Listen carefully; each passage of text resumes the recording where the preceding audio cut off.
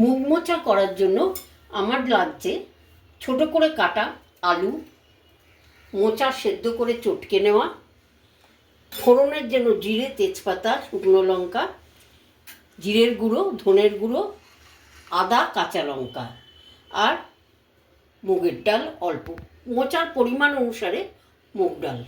এখানে আমি 50 মতন মুগ ডাল নিয়েছি। আমি এই জিরের গুঁড়োটা, ধনের গুঁড়োটা দিয়ে আর আদা কাঁচা লঙ্কা দিয়ে একটু পেস্ট করে নিচ্ছি।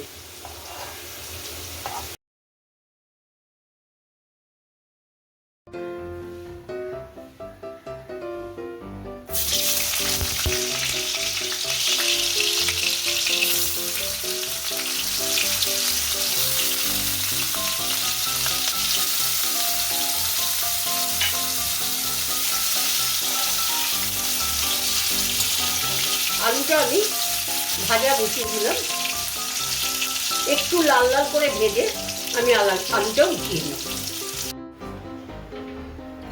আমি গরম তেলে দিয়ে দিলাম শুকনো লঙ্কা, তেজপাতা আর জিরে।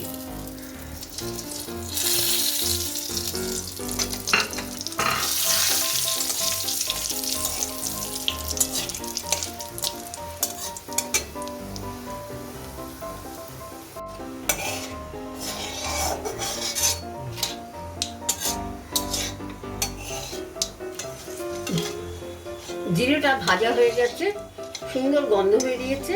এবার আমি এতে দিয়ে দিচ্ছি মুগ ডালটা। মুগ ডালটা আমি একটু ভেজে নিচ্ছি। এটা আপনারা ইচ্ছা করলে এমনি শুকনো কড়াইতেও ভেজে নিতে পারেন।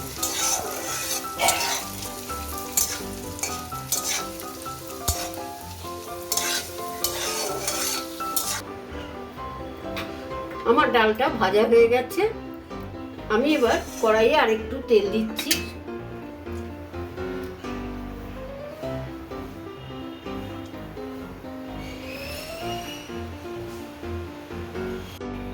তেলটা গরম হয়ে গেছে, এবার আমি মোচাটা ছেড়ে দিলাম।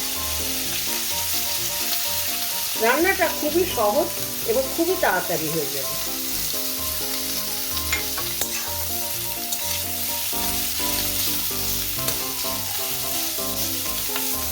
আমরা যেহেতু ঝালটা কম খাই, সেহেতু আমরা একটা লঙ্কা, কাঁচা লঙ্কা দিয়েছি আদার সাথে। আপনারা মোচার পরিমাণ অনুযায়ী এবং ঝাল অনুযায়ী খাবেন যেরকম, সেরকম অনুযায়ী লঙ্কা দেবেন। পরিমাণ মতন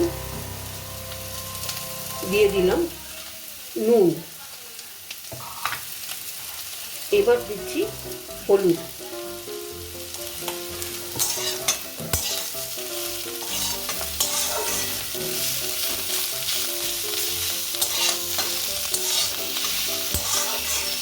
এবার আমি মশলাটাও দিয়ে দিলাম।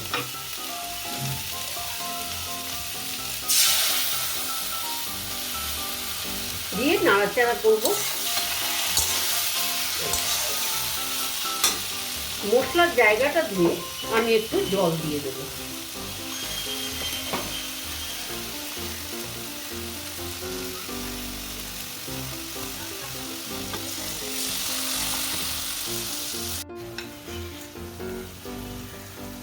এবার আমি আলুটাও দিয়ে দিলাম।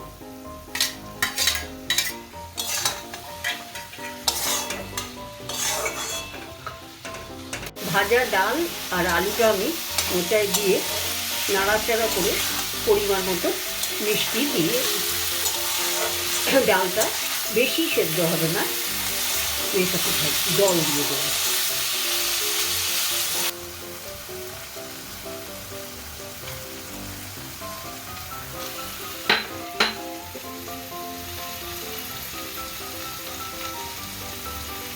আমি দিয়ে দিলাম গরম মশলা।